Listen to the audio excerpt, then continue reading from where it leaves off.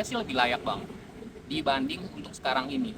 Karena kan emang programnya dari Gojek sendiri itu potongannya 20%.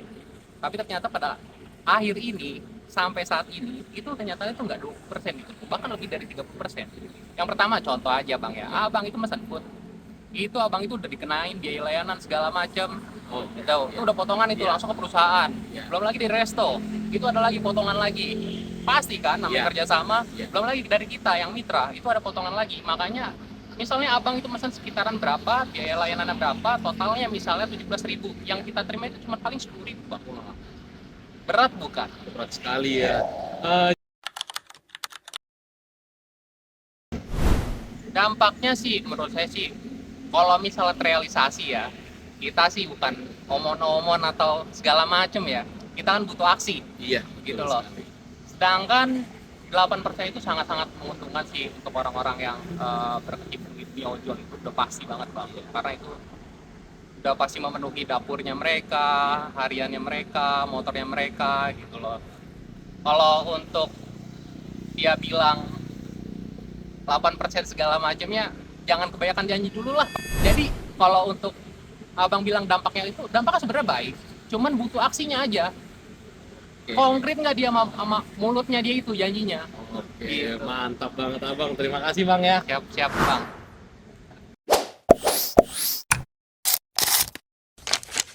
Perbedaan antara potongan resmi 20% dan realita yang dirasakan driver hingga 30-40% menunjukkan masalah utama, ketimpangan posisi tawar dan kurangnya transparansi.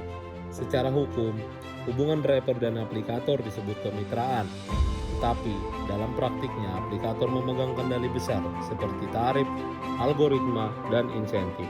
Ini berpotensi melemahkan prinsip kesepakatan yang setara atau fair consent. Potongan yang terasa membengkak juga berkaitan dengan biaya tidak langsung, seperti layanan aplikasi, promo, dan lain-lain, yang tidak selalu dijelaskan secara terbuka. Dalam prinsip etikat baik dan perlindungan konsumen, kondisi ini seharusnya tidak terjadi. Semua potongan wajib jelas dan transparan. Rencana penurunan potongan ke 10-8% adalah langkah positif, tetapi beresiko menjadi semu jika diganti dengan biaya baru.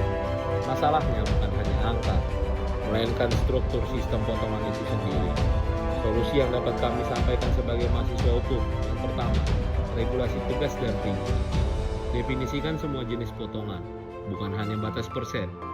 Yang kedua, transparansi wajib di aplikasi.